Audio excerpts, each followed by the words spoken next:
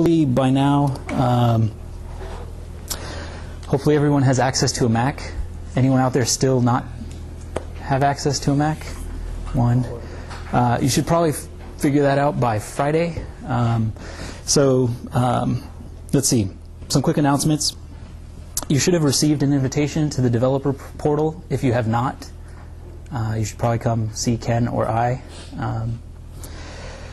You should have also joined our Google group by now. If you haven't, please do. I'll show you the website again, and you can figure that out. When you send an invite request, I love seeing emails like ilovepie@gmail, but it's hard for me to figure out if you're a student or if it's just some random person on the web that found it. So just throw in your student ID number or something that says, hey, I'm in the class, just so I know. So there are a few of you who have outstanding invites, but I just can't tell who you are, so I haven't approved it yet. Again, come see me after class and we'll take care of that. This Friday we will have discussion, and it's going to be about an hour. We're just going to sit and code, and I'll probably have the first assignment ready for you guys on Friday, which will then be due the following Monday after the Monday. So you'll have well over a week, like 10 days to do it or so. Yes? For the portal, how long does our license last? Does it last longer than the class? Do we get it for a whole year so we can make applications afterwards? So the question was, does access to the portal last after the class for like a year or so we can make applications after the class? I'm not really sure if it expires at the end of the quarter. The thing is, if you're going to want to make applications after the course and, say, sell them, you're going to want to create your own account, because through the university program you're not going to be able to sell anything if that's what you're looking to do. But I'll figure out, if you just want to make apps for the university for free for the year, I'll take a look and see exactly how that works. Quick note on office hours. I think Ken may have already mentioned his are Monday, Friday, I think 10:30? 11:30. Okay, well, pretend that's an 11:30 to 1. And I forget your office number, Ken? 3045 Kemper Hall. 3045 Kemper Hall. And I will have office hours also on Monday and Fridays, and I'll have them in these 4-hour blocks from 12 to 4. And I don't have an office, but we'll use the Kemper lobby because they seem to have little desks and things there. And starting this Friday, I will be there every Monday, Friday from 12 to 4. If you have not seen this address yet, this is how to get to the course webpage. There'll be all sorts of useful info there eventually. All right, let's flip over.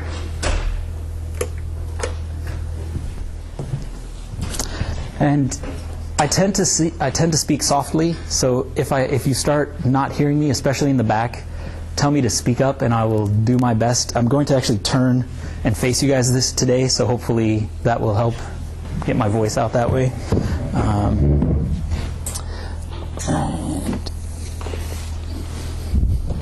All right, so any questions before we jump into looking at Objective-C and some memory management stuff today? No questions? All right, here we go. So today we're going to look at Objective-C. We're going to do, I don't know, I guess it'll be a fairly brief introduction. We're going to look more at the syntax than at some of the, I guess, theory behind object-oriented programming. The idea at this point is you've had ECS 40 and ECS 60, so hopefully you've done quite a bit of object-oriented programming, and if you've forgotten a bunch of stuff, now's a good time to review before we really jump into the assignments, which will be starting some point in the near future. And we're also going to take a look at a little bit of memory management just to see how that's done in Objective-C. And probably Friday what we'll do is I'll follow up with sort of kind of finishing up most of what we need to know about Objective-C and what we need to know about memory management. And then depending on how much time we have, we might, I don't know, we'll see what we get into. But we'll definitely be coding Friday after class in here. So bring your laptops, bring your Mac Minis, bring your whatevers you have, or find a friend who will share with you. Okay, so Objective-C. This Objective-C is a language created by these guys, Brad Cox and Tom Love, in the early 1980s. And basically, it's, you can think of it as, well, somewhat an offshoot off of Smalltalk, and an enhancement to C that introduces basically syntax to let you do object-oriented programming. Sometime in around 1988, Objective-C was licensed by Next. And if you're not familiar with Next, this is the company that Steve Jobs started after he and Apple had some issues. You can take a look at the history if you're curious about some of that. Sometime around 1996, I believe, Apple acquires Next, and basically a bunch of tools and, well, things like Objective-C and some of the tools that we saw last time, things like Xcode, Interface Builder, which at the time Xcode used to be something else called Project Builder. But what's interesting is a lot of the code and the things that we're using have been around for over 20 years. So they're pretty solid. So yeah, I think I mentioned this already. Basically, Objective-C adds some syntax to ANSI-C to let you do object-oriented programming. So things like, introduces classes and inheritance and polymorphism and all sorts of object-oriented goodness. So let's just, we're going to take a look at some of the syntax. We're going to see how to set up classes, methods, and basically how we call methods in Objective-C. So let's see, how does this look? Hopefully, okay. So first off, we have the class declaration. So generally this, what you're seeing here will go in a .h file, and you'll start off with this, this line right here where you have @interface. So that's the keyword saying, it's basically like saying class in C++. So you have your keyword @interface, the class name, in this case my class, and if you happen to be inheriting from something, you'll have this colon and NS object. And as far as we're concerned, for pretty much most of the stuff that you ever inherit off of, if you don't inherit off of something more specific, you're always going to be inheriting off of NS object. So NS object is what gives us a lot of the magic that is Objective-C. Next up, we have this block between curly braces, which is where we declare our member variables, also referred to as instance variables. And for now, yeah, I guess we won't really worry about some of the types in there, but we see we have an int, account. We have this data, which is an ID, and we'll be looking more closely at ID at some point. But when you declare something to be of type ID, you're basically saying it's a generic type. It could be anything. And then in this case, we have this pointer to an NS string. To declare methods, we have two different types. We have an instance method, where if you look, hopefully you can see there's a little tiny minus sign, and basically that says in order to use this method, you must actually instantiate the object, versus say this other one, which is a class method, where I guess the best way to think about or differentiate between these is to think about a static function in C++. So in C++ you wouldn't have to actually, you could say my class : whatever the method name is to access it. And then you kind of close everything off with this other keyword @end, and that wraps up the interface. From there we need to actually implement the stuff we put in the interface. So this is the actual implementation, which normally will go in a .m file versus a .h file. And same sort of thing, we have some keywords. In this case, we have @implementation to tell us it's my class, and we have that keyword @end to close it off. And then we see the two methods that that we had declared over here. The only difference now is they have a block of code associated with them with the actual implementation, and we'll see sort of what some of that stuff inside there means eventually. Okay, so on to the method declaration. So again, we have this, either a plus or a minus to tell us whether this is an instance method or a class method. Our return type, in this case, void, so it's just parentheses, the type. And in this particular case, we're not returning anything. Next up, we have what's called the method signature. So if we look at this, it says, insert object at index. So if I just look at sort of those first few bits, that that gives us the method signature. And when you and I are talking about something, and I say, oh yeah, you need to call insert object at index, that's sort of the way I would say it. I wouldn't say, insert object and ID and object at index and SU integer at, So the keywords, and we'll take a look more closely in a second with some of these. Next up, you have these methods have some sort of parameters that you're passing in. In this case, we're setting up the types where the first one is this ID, which again we'll look at some point, and this NSU integer. And NS, we're going to be seeing that a lot. And like I mentioned, at some point Apple acquired Next, and Next had something called Next Step. And so every time you're using some of this code and you see an NS, you know that that's coming from the next days of Apple, or the early days of Next.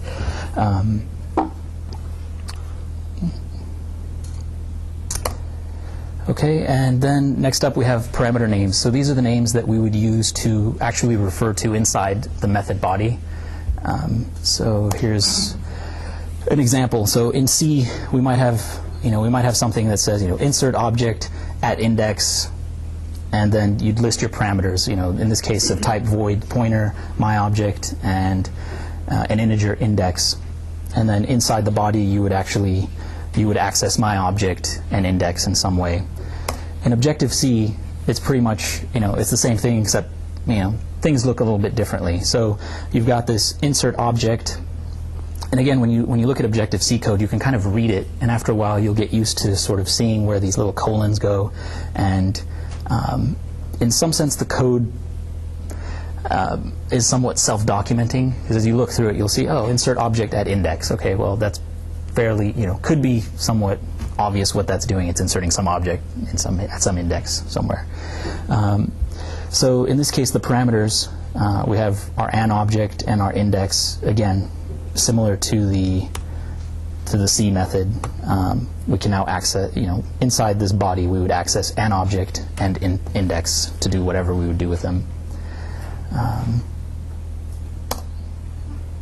So again, yeah, these parameter names that we just looked at. So how do we then actually call the methods and work with them? So in Objective-C, when you call a method, it's basically saying you're sending a message to an object. So in this particular case, we have some object, myArray, and we're saying myArray insert object, some object at some index 0. So this is basically how we'd be calling this method. What's interesting about Objective-C, or one of the interesting things, is you can actually nest these messages that you send. So this is pretty much, it's exactly the same thing as what we see here, except we're sort of doing a bit more. So the first part is, my app object. So I have some object that's then saying, the array. So I'm sending this object the array message to get my array. Now that I have my array, I'm going to send it the message insert object. What object am I going to insert? Well, let me ask my app object, let me send it a message object to insert, and that'll return me my object that I will be inserting at index 0.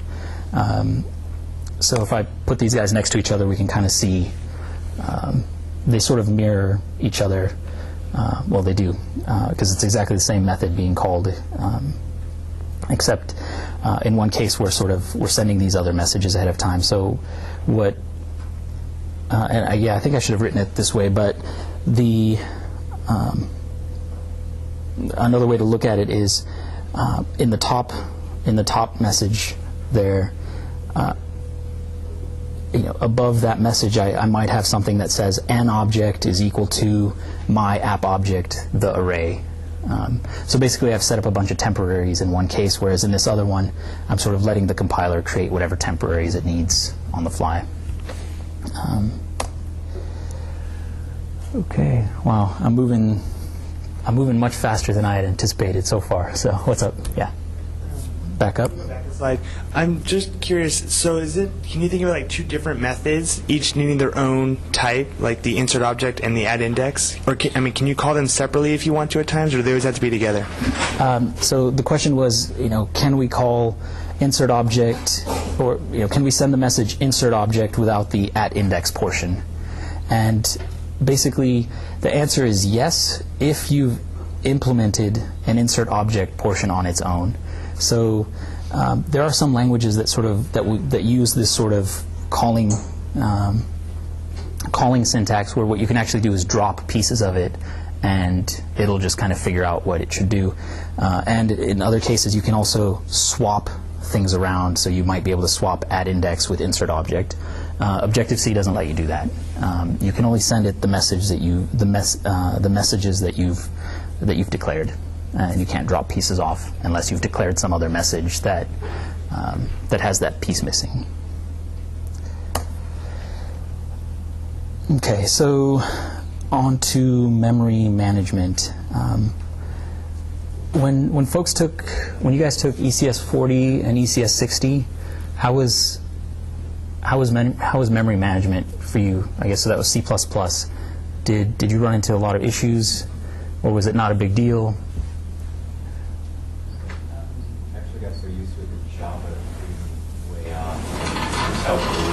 Dig around memory and move stuff around, so yeah, it was good. So you're saying you got used to the C++ way versus the Java way. Okay. So for those that aren't familiar, Java has a memory management system that basically it's called garbage collection. So you just allocate things, and at some point it figures out that you no longer have references to some of these objects, and this garbage collector will sort of go through and sweep things up and return memory.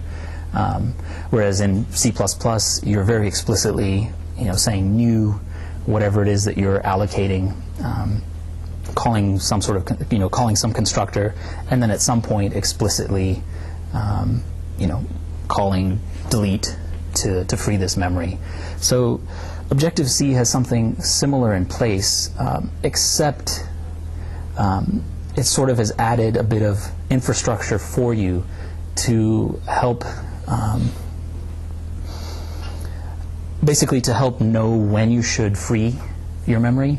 So in C++, you run into these situations where you might not really be sure who owns the memory that you've allocated. So you have a pointer to some memory, and you assign that pointer to somebody else, and for whatever reason you deallocate the memory, and then you still have this pointer to the memory that was deallocated, and you have no way of knowing that was deallocated, and you do something, and either things crash or they don't crash until much later, in which case it hurts. So memory management in ObjectiveC is done using a reference counting mechanism, which is basically, it's based on an agreement between you and the system that says, if I do certain things, I am responsible for cleaning up these things at some particular point. So reference counting, basically the object that you're referring to just tracks, it keeps track of the number of other objects that refer to it, that point to it. And at some point, as you're sort of cleaning things up and removing these references, this reference count will drop to 0, and when it drops to 0, the system will just gobble it up and return it to main memory. So the agreement that I'm referring to basically says that you're responsible for NARC. So this is the little acronym that folks like to use, where the idea is that you own any object that's sent a message containing that contains the word new, Alec, retain, or copy. And over time, we'll get a better feel for what some of these do. Today, we'll look at Alec and retain. Again, what happens, any object that you've sent these messages to, at some point in time, you must then say release when you're done with it. And again, when you do this release, this is what decrements the reference count. Can you go back? Sure. One more. And yeah, please feel free to tell me if I'm going too fast or not. Yes. The question is, are these going to be online? Yes, these will be online. And eventually these will then be, the video will also be up on iTunes and wherever else. And once I find out where they'll be, I'll let you guys know.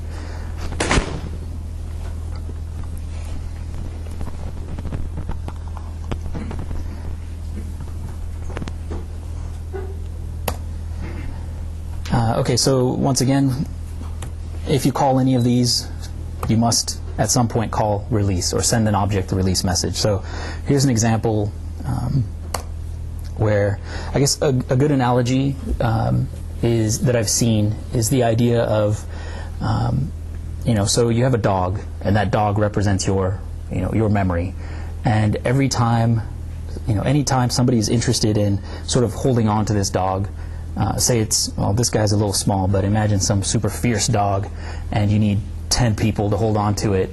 Although this guy is more fierce than he looks, I suppose. But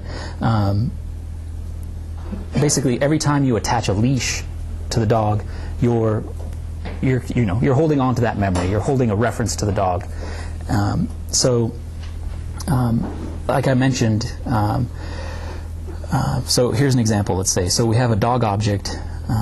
And it's a pointer, well, we have my dog and it's a pointer to a dog, and in order to allocate it, we send it this message, Alec. And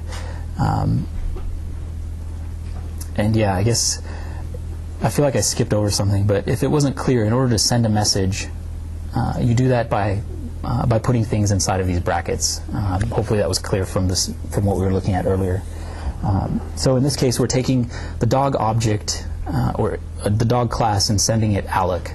So in this particular case, is Alec an instance method or a class method? Okay, so in this case, it's a class method, and the reason is dog is just a class. We don't have any it's not an object at this point. So like I mentioned with narc, so we have Alec, which is the A in narc. In this case, what happens when you call Alec, the object that it returns you has this reference count of 1.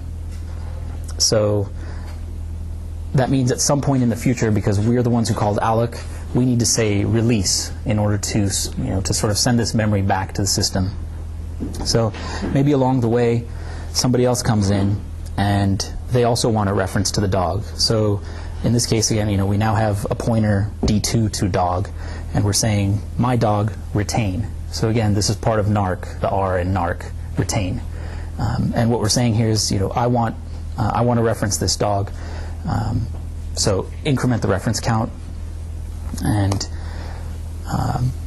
same thing again. Let's retain my dog again. So now D3 is pointing to the dog, and in this case, we have, maybe we don't have my dog available to us wherever D4 is being assigned, but maybe we have D3 there. So same thing, D3 retain. And again, because all of these are pointers to the same piece of memory or the same dog, they're all pointing to the same place. So our reference count has gone up to 4. And at some point, so this is basically where we're at. We've got 4 things referencing our dog, eventually, for whatever reason, we need to somebody needs to let go of the dog, and maybe it's my dog. So in order to say that I'm no longer interested and not leak memory, I need to release. So when I do that release, the reference count drops by 1, and same thing here, D3, send it a release. It's all referring to the same memory, so reference count should drop to 2. and so on. D4 release, reference is gone, we're now down to 1.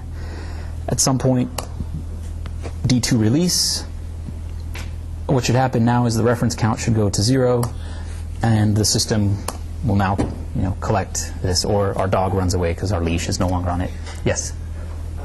Are the Alec and retain methods, are those inherited from the NSObject class originally? So the question was, are the Alec and retain inherited from the NSObject? And the answer is yes. That is exactly where they're from. So that's why in general, when you create an object, you're going to want to inherit off of NSObject unless you want to reinvent the wheel and do other things to take, to have the same functionality, which I don't recommend.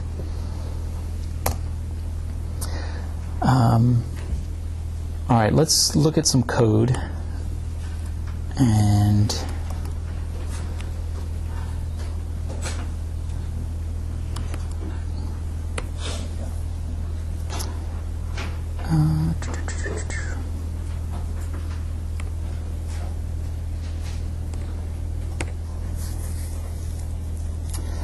okay, so remember Xcode somewhat from last time.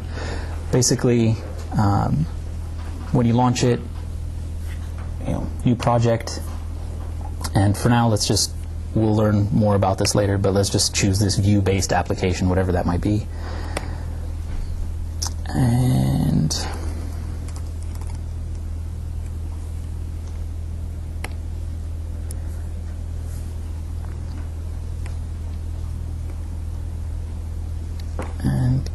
let me bump up the...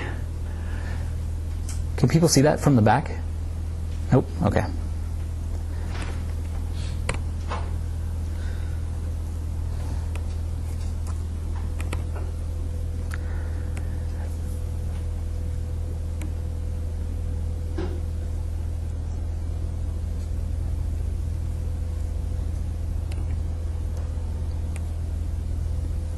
Okay, that's a little much.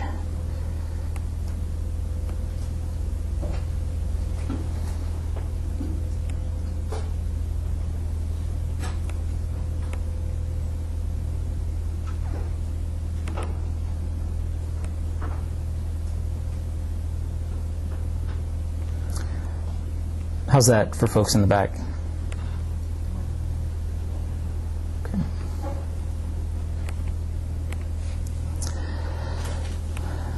Okay, so we're going to be doing a lot more of this on Friday, where we're going to actually sit down with Xcode and code. But just so you can see, again, we're going to go through this process a few times. So let's, say we want to add, create a new class. Let's make a dog class. So new file, you're gonna be presented with this template thing, and you're gonna have a lot of different choices about the types of files that you can create. For now, we're interested in these Cocoa Touch classes, and if you look here, you can sort of choose it to, say it's a subclass of some different thing. We'll learn what these other ones are in due time. For now, NSObject, and it's going to be an ObjectiveC class, and let's just call it dog. And finish. So if we look, basically, we see, well, what do we see that we didn't see earlier during the slides? The first thing is this import. And basically, import is just like pound, so pound import is the same as pound include in C and C++. The only difference is when you say import, basically import makes sure that once you include a file, it doesn't get included again. So in C++, usually you do this pound if not defined, then define, pound end if. So you're always doing that. Import takes care of that for you, so you don't need to put those in. So for us, right now, we're creating this dog class. We don't have any of the pound if whatever import stuff. So we'll be able to import this in some other file and not worry about some of the issues we would in C++. So again, we see this at interface keyword and the name of our class dog, and we're inheriting off of NSObject to get a bunch of good stuff that we don't really want to implement, like Alec and retain. And so let's say, let's give this dog some instance variables. So let's say we want an age, and we want to give the dog a name. And so we'll use an NS string, and we'll call it name. And again, if we don't really know what an NS string is, for those of you that have your computer near you, if you look, my cursor is changing to this little plus sign, which I don't know why it's not staying, but basically when you hit the Option key, which is 2 to the left of your spacebar, and then double click, it'll sort of bring you up this contextual help, so you can take a look and see, well, what is an NS string? Okay, well, it declares the programmatic interface for an object that manages strings. Okay, that's cool. And again, if we want to look more to see, well, what can we do with NS strings, we can jump in there by clicking that little book, and we can see, whatever overview and information about it, and some of the tasks, which basically, what are some of the types of things we can do with strings. So for now, okay, so we've added some instance variables, and let's add a method that, in this case, so an instance method that doesn't really, it doesn't return anything, but maybe just barks. And in this case, we don't have any parameters, so we can just leave it at that. And if we head over to the .m file, the implementation, we can now put in whatever methods we need to put in. So something we didn't look at earlier, but that's important for most of these classes, and you'll remember from C++ is having some sort of a constructor, some sort of an initializer. So in Objective-C, usually what you'll have is you'll have a number of initializers, but there's a default one which is called init. So, and that one is an instance method. So we have our minus, and the instance method, the initializers usually return this ID, or this pointer to any object, and it's called init. And normally what you do is you want to make sure that basically things are sort of set up appropriately. So because we're inheriting off of the NS object, we want to tell the NS object to go ahead and do some sort of initialization. And usually the way that's done is, so you have this if not self equals super init. And so we haven't talked about super yet, but super is basically just how you access your parent class. So in this case, what we're saying is parent class initialize, and whatever you return, assign it to this variable called self, which is very similar to this from C++. And if that assignment fails, so if not, then basically what we're going to say is just return nil. If it does work out, then, and we'll look at this in a little more detail and why we actually have to do it this way, but for now it's just know that you should call the initializer of your base class. And so we have an age, and for now let's just give the dog some age. Yes? Is nil synonymous with null? Yes, good question. So the question is nil synonymous with null? And yes. So nil and null are basically the same thing.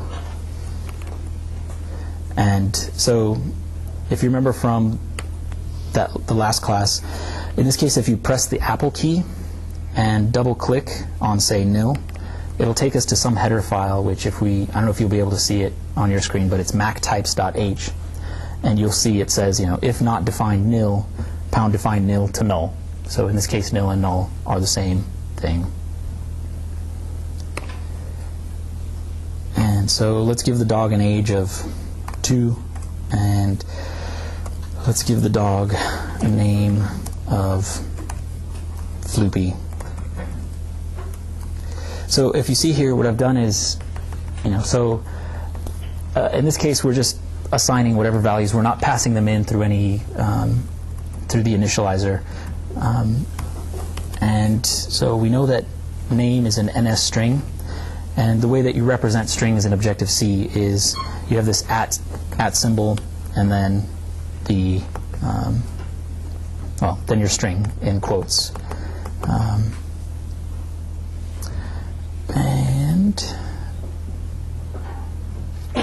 Okay, so we have an initializer. We created this thing, this method called bark, so let's go ahead and implement that as well. In this case, yes? If you wanted to hand in those values, you would just make another init with age and then hand it the parameter? Yes, so the question is, if we wanted to pass in these parameters instead of sort of hardwiring them the way I've done, would we just write another initializer? And the answer is yes, we would write another initializer, and we'll do that shortly. So let's implement our little bark, and in this case bark has no parameters, and let's just output to the console for now just to see that we've done something. And the way you generally do that is with an NS log.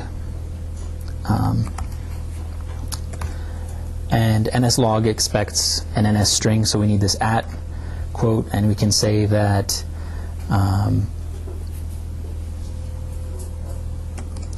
percent at say bark.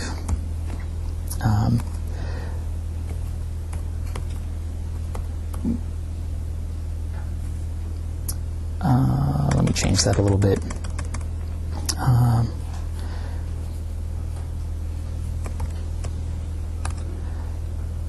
So if you remember from C, you had printf, where you could give it this string, and inside the string you could have these escape sequences that would then, you would say %d or %f inside quotes, and at the very end you'd have your list of parameters that each match up with that. So NSLog works exactly the same way. In this case, what we're saying is, give it an NS string, and %at is sort of this escape sequence. So we'll refer to the dog's name is, and we'll say %d years old, and then we can just list name and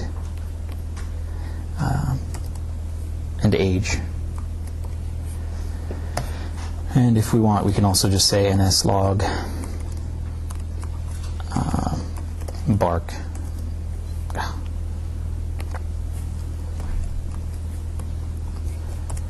So hopefully, if we build and run this, and we're not going to see anything happening in the iPhone itself because we're not really doing anything with the screen. But if we look at the console, which you can access from here, and also from the Run menu console. So right now we don't see anything because we haven't declared any dogs and we haven't told them to bark. But at least what we've done so far seems to compile.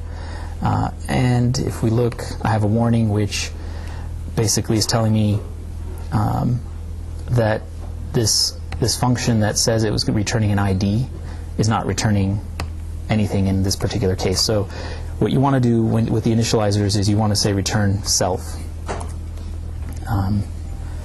And that'll be fine now. That warning will go away. So I'm just going to go into this function here. This application did finish launching, and for now this is just where we'll put the code just to put it someplace. And we haven't looked at what this means, but we'll look at that next time. So we want to have our dog in here, so we want to import our dog. So now we have access to that interface, and let's create our dog and say dog Alec. And in this particular case, what I'm doing is that nested method message passing. So first off, we're sending a message to the dog telling it, we want some memory, so allocate, and then we're going to tell it to initialize. And now we want to tell the dog to bark, so my dog bark. And you can see, like, as I'm typing, things just sort of pop up for you. So this is one of the nice things about Xcode. It sort of guesses based on some of the first few characters you type, what you might be trying to do. So if we run this guy, hopefully we should see something that dumps to the screen that our dog is barking. So I don't know how to make this one bigger, but basically it says Floopy is 2 years old, and I seem to have added an extra L or something, and bark. So any questions about sort of what we did with that? It's pretty straightforward. Okay, so let's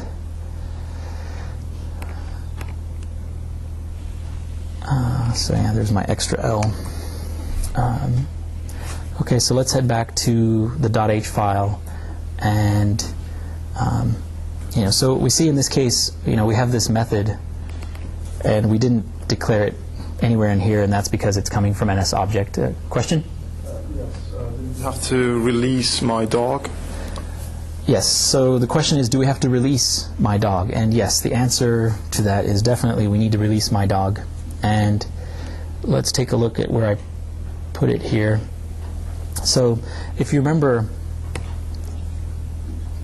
one of the tools I showed you last time was the static analyzer. So what should happen in this case, if we build and analyze, it should tell us that there's a potential memory leak here.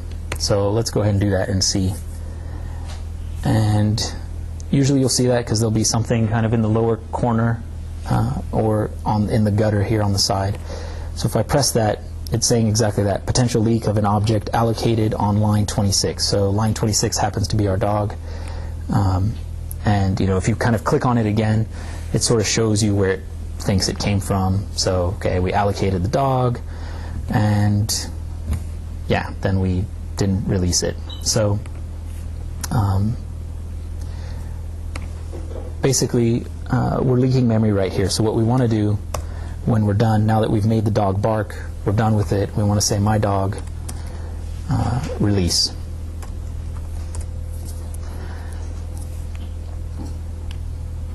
And now we're kind of happy citizens, or good citizens. So what happens when we actually call the release? If we go to dog, and we haven't implemented it here, but because we're not allocating any memory directly inside dog. We are an NSObject, but usually what you'll also implement, in addition to some sort of init method, is you also have some sort of a deallocation method. So dealloc doesn't return anything, and it's just called dealloc. And usually, if we had directly allocated any memory inside of our initializer or inside this init function, what we would want to do here is send it a release, but we didn't do any of that. But since we're inheriting off of some class, we want to give that class a chance to clean up after itself. So normally what you'd say is super dealloc. And let's put a little message in here that says dog dealloc. So we can see sort of as this happens that this method does indeed get called. So now, again, in here we're just allocating a dog, telling it to bark, and releasing it. So what should happen after this release is this dealloc should get called, and we should see a dog dealloc in our console. So let's clear that and run it. So again, we see the message from telling the dog to bark. Floopy is 2 years old. bark, and then we see that the dog was deallocated.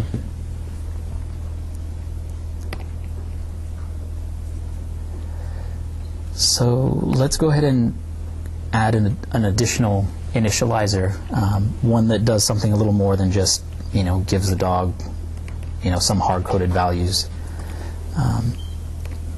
So again, we know that our initializers are supposed to return this type, this ID, this generic type.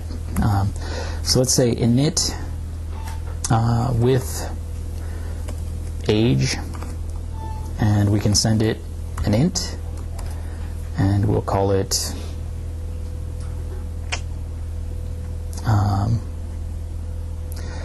well, I'll throw an underscore in front of it just to give it a different name from the instance variable age. So init with age, and then the parameter is going to be underscore age.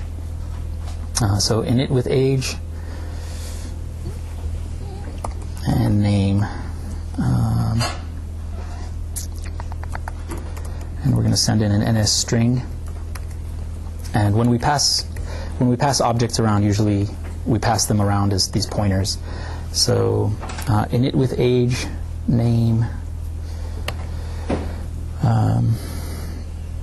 Let's call it yeah.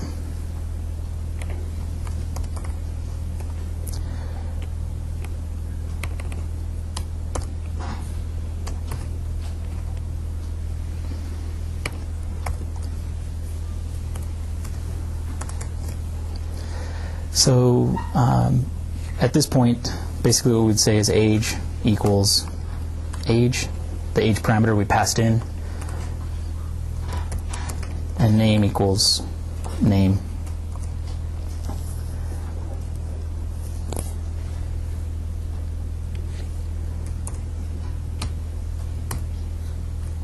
Oops. So inside the app delegate, we could now create another dog. Dog 2, dog Alec, and we could say init. And usually what happens as you're doing this, if you want to get access to more of the methods, you can press escape, and it'll list some of the other possible methods that you might want. So in this case, we want init with age name, and let's say it's 5, and this one is named Bob. And we can tell dog 2 to bark, and we can then get rid of dog 2, release. So if we build and run, which you can either click or just press enter. So in this case, it seems like I've done something bad, and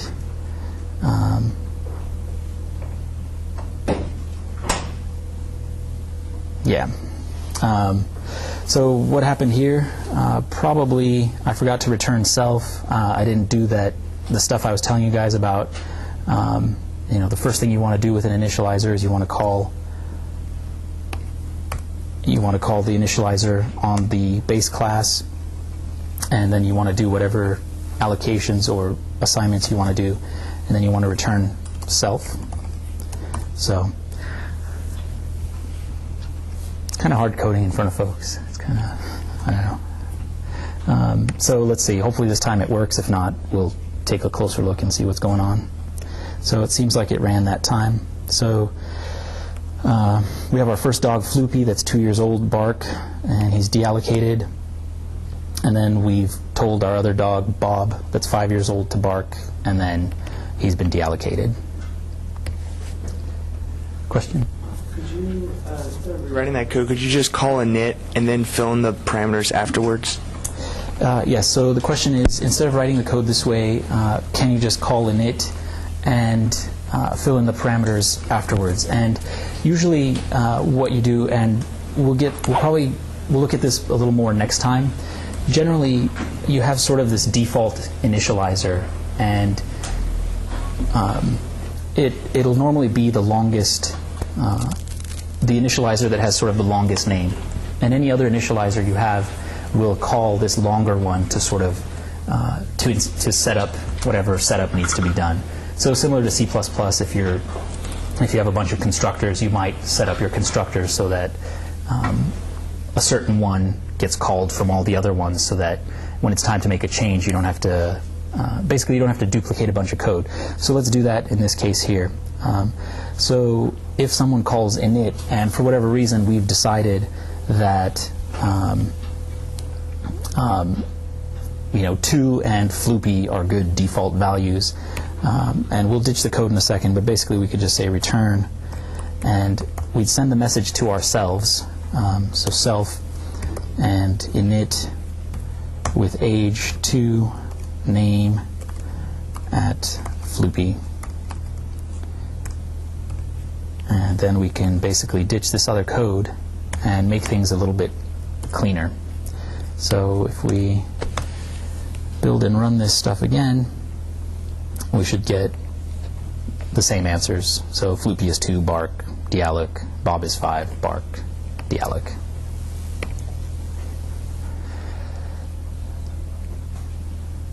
Question? Yes? Do you still need to have that if statement? That you are absolutely right. We do not still need that if statement. So our other initializer is already taking care of it. So all right. So these are good questions. So I think I'm moving too slowly. Like, it seems like you guys know what I'm doing. So I'll pick up the pace next time. But if I'm just kidding. We'll see. Yes, another question.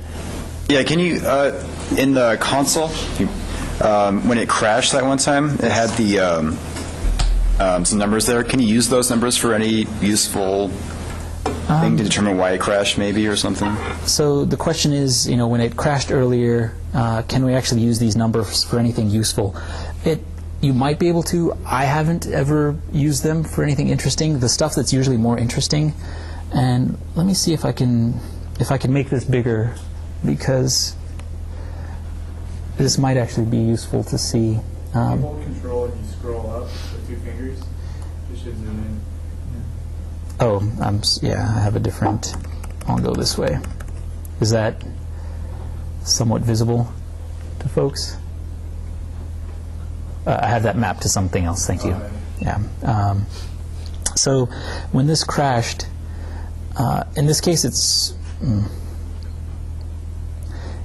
kind of weird because I made a pretty bad mistake, which was not initializing the base class and not returning self out of an initializer. But something you'll run into on occasion is something you'll see, it'll tell you something like this and say unrecognized selector sent. Sorry, so jumping around. Unrecognized selector sent to some instance. And what I haven't mentioned yet is, well, what exactly is a selector?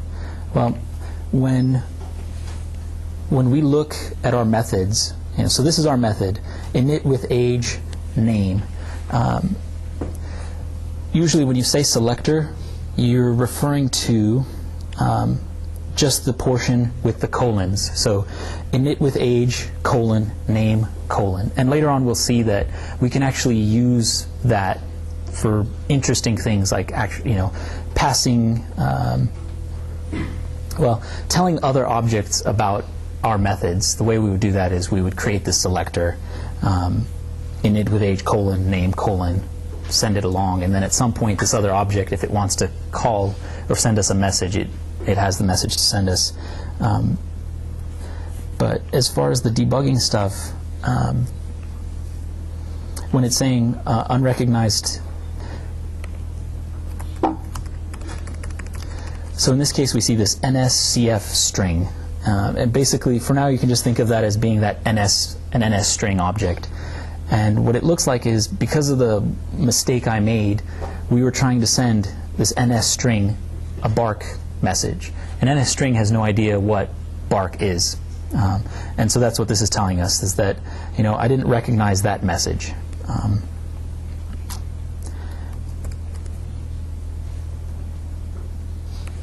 Other questions? Yes? What's the best way to go about doing a get set for the Okay. generated? I would not recommend it. Okay, so I was going to put this for next time, but we're moving. So I hesitate to move on. Yes, we can actually create our own setters and getters the way we've just done these other methods, where we could return the age or assign the age by creating the setters and getters ourselves. What Objective-C has, and we'll look at it next time, just because I'm worried. Like, I don't know, sometimes when people say stuff, some folks are very verbal, some folks are not. I don't think we all know each other yet, so maybe some of you aren't being as verbal as you will be once we get to know each other, and you'll be more comfortable telling me that, look, I don't understand this or something. So I hesitate to show you this next thing, which is called properties, but you can actually have the compiler generate these setters and getters. So for those that don't recall, oftentimes when you create an object, you need to give access to these member variables or these instance variables. So usually what you do is you create these setters and getters. So you'd say, set age, because you specifically want to set the age after initialization, or set name, or for some reason you want to get the dog's name, so you'd say dog get name, or just say dog name, and send it that message. What you can do is use something that Objective-C has, and it's actually a new feature with Objective-C 2.0, which is a recent addition, where you can tell the compiler, hey, these, age and name are properties, and I need setters and getters for them, so why don't you go ahead and generate them for me? And you can do that, and I'll show you next time. And actually, if you want the sneak preview, we sort of saw that here in the app delegate. So let's look at a class that the template generated for us, and we'll learn what this stuff means next time. But in this case, we have two instance variables. We have this window, whatever that is, and we have this view controller. And down below we have these properties. And again, next time we'll look into detail what exactly these mean. But if you look, this property has this UI window pointer window, which exactly matches this guy. And we have another property with this lecture view controller, pointer view controller, which matches the other instance variable. And if we head over to the implementation file, we have these synthesize calls, which basically tells the compiler, make our setters and getters. And we'll look at that again next time in more detail. So I'm curious, so far, is this a good pace, or too fast, or too slow? And a little slow? Okay. It's just because there's a varied number of, there's some people that Right. Okay, so I guess I didn't ask the first time. How many folks here are freshmen? No freshmen? What's that? No way? Okay, sophomores. No sophomores, all right. Juniors? And seniors. Okay, so I should have asked this last time then, because okay. We'll be moving a little faster next time.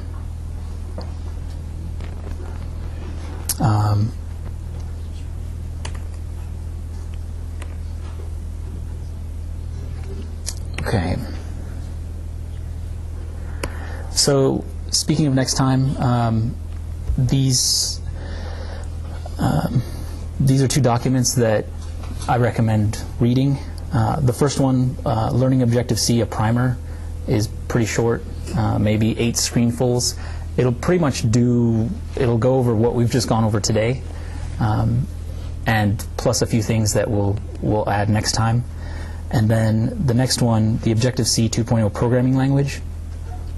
There's a bunch to it, and you're more than welcome to read beyond sort of what's listed here, but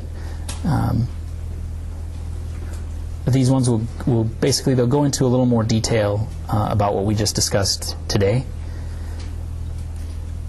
And let's see. So I'll put this back up in a second, but you can find them from Xcode and the developer documentation. And if you go up to home, first of all, how many people have already installed this stuff? Okay, almost everybody. Okay. So if you haven't noticed yet, up in Xcode preferences, there is a documentation item, and basically over here you'll have a few things listed depending on what you've installed. You probably want to go ahead and get the iPhone OS 3.1 at least, and at that point when you go home, iPhone 3.1 library, you'll see the same thing I'm seeing here. So first off is this guy, Learning Objective-C, a primer, and again it's pretty short, and from there you can see this link to this other one, the Objective-C 2.0 programming language, and there's all sorts of stuff, and feel free to read on, but for now just these first few will be good to have. Okay, so yeah, that was kind of it for what I was going to cover today, and yeah, like I said, I moved a little faster, and next time I think we'll go more. So any questions before we head out? Yes. Yes. So we're going to be voting on Friday? Yes. Okay. I have a Mac Mini, Okay. which is a little desktop, so what do you recommend I do with that?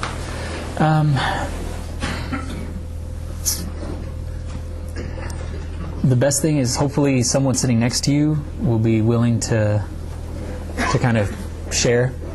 Otherwise, bring in your Mac Mini and bring in your monitor, and we'll plug it in. And yeah, someone bring some power strips. We have a bunch of plugs, but so okay. All right. See you next time.